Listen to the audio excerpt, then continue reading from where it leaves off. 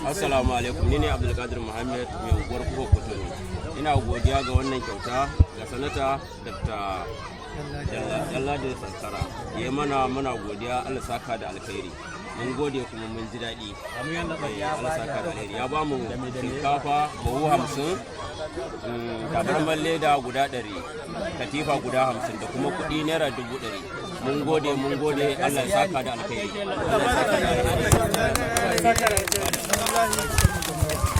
Gidan jam'iyyar APC na kuma fito da karkashin karamar hukumar Rinjin. Wannan abu da Dr. Jallade Sankara ya mana, Allah saka alkhairi. Mun ji daɗi sosai bisa abin da ya sauka. Allah kuma ya biya mana da alkhairi.